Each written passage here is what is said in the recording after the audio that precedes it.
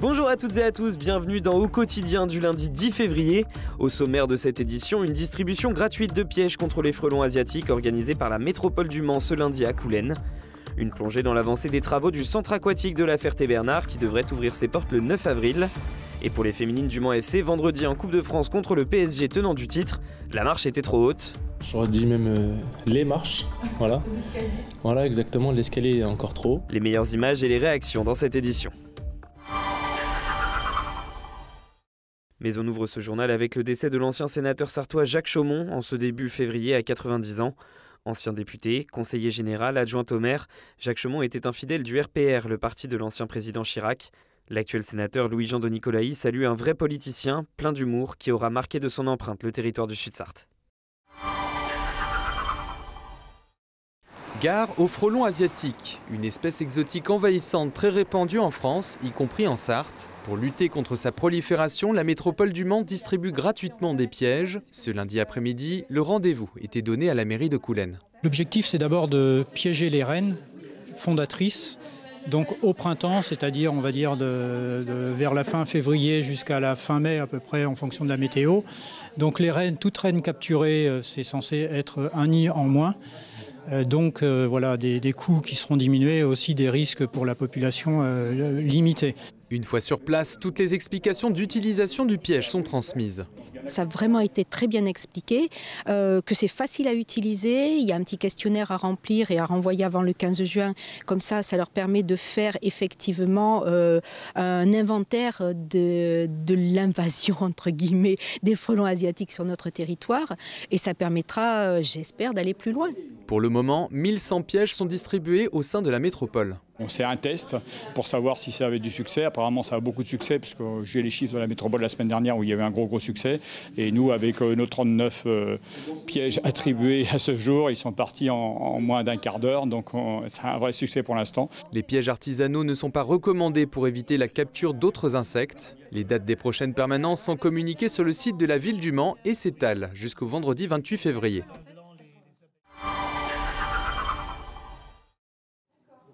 Encore quelques coups de pinceau, raccorder la lumière, et le centre aquatique de la Ferté-Bernard sera fin prêt. Équipé d'un bassin ludique et sportif, en plus d'un espace bien-être, la communauté de communes Perche-Émeraude diversifie son offre aquatique. Un projet à plus de 14 millions d'euros, dont pourront bénéficier les 124 000 usagers annuels envisagés.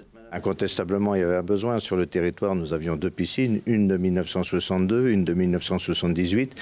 Il était temps de passer à une infrastructure qui soit mieux adaptée, qui soit plus économique, évidemment, dans son fonctionnement, et qui corresponde aux besoins de la population. À la fois, quand je dis population, ce sont évidemment les sportifs, ce sont évidemment les scolaires, et ce sont évidemment le plus grand nombre de nos habitants. Cette nouvelle piscine sera gérée par la société Récréa dans le cadre d'un contrat de délégation de service public. Des activités sportives, ludiques et familiales seront proposées.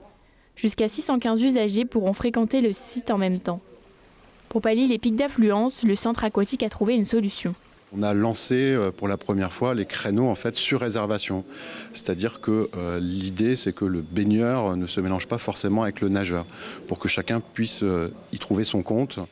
L'ouverture est prévue pour le 9 avril. Pour le moment, David Lagache indique que le nom de la piscine reste secret et qu'il sera dévoilé prochainement.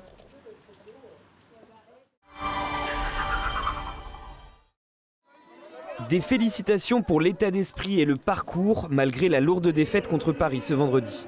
À cœur vaillant, rien d'impossible. Les Sarthoises ont tenté, pleines d'énergie d'abord. Il y a de la différence entre nous et elles, on l'a vu assez rapidement dans le match. Très rapidement, trop rapidement peut-être. Moins de 2 minutes après le début du match, les tenantes du titre prennent l'avantage. Prendre un but d'entrée, c'était quasiment se mettre encore une balle dans le pied pour espérer quelque chose. Le temps allait jouer en notre faveur, mais là, sur cette entame de match, je pense qu'on était un petit peu trop respectueuse. Les Mancelles courent après le ballon, la gardienne Jade Dumas est vigilante, mais la défense finit par craquer de nouveau. Elles jouent au quotidien ensemble, donc ça se voit, elles ont des cheminements qui sont très justes et techniquement ça va très très vite. Les petites déviations ou autres qu'on a pu voir au cœur du jeu, voilà, on a appris en tout cas. 2-0 à la pause, les supporters continuent d'encourager leurs protégés. Sans succès. on a eu du mal à avoir le ballon. On voit qu'on a été solidaires entre nous, on a bien défendu. Après, elles ont été efficaces. Chaque action, ça amène à quelque chose. Les internationales en jambes, Gayoro sur un mouvement collectif porte le score à 3-0. Puis le Ster ajoute un 4e but sur cette frappe magnifique. 4-0, score final. La marche était trop haute. J'aurais dit même les marches, voilà. Voilà exactement, l'escalier est encore trop haut. On sent vraiment que c'était un autre monde. On va s'en servir et puis on va travailler avec ça et continuer pour le championnat. On n'est pas abattus quoi. Les jeunes ramasseurs de balles non plus ne sont pas abattus. Comme les joueuses, cette soirée laissera pour beaucoup des souvenirs plein la tête, des étoiles plein les yeux.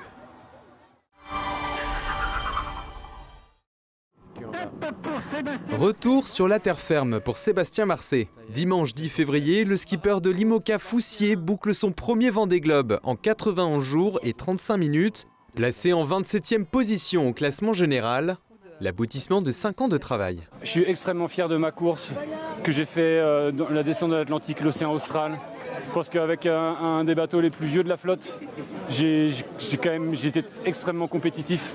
Je suis très très fier de ça. Vraiment, en tant que marin, en tant que sportif, je suis ravi de cette section-là. Ça ne pouvait pas être facile tout du long et je pense que ce côté difficile m'a apporté beaucoup aussi, beaucoup de résilience, beaucoup de ne pas baisser les bras, de prendre les problèmes un par un, de les traiter, de les régler et de se rendre compte qu'on est capable, que je suis capable, que j'ai solutionné tous les problèmes que j'ai rencontrés et je n'ai pas rencontré que des petits problèmes. Donc je suis fier de cette remontée de l'Atlantique pour ça aussi. Le navigateur nantais était dans un peloton avec 3 autres skippers, dont la benjamine de cette édition Violette d'Orange qui termine 25e. Un passage dans le chenal au goût de victoire pour chacun de ces marins. Cette édition tout juste terminée, l'objectif Vendée Globe 2028 est déjà envisagé pour Sébastien Marcet.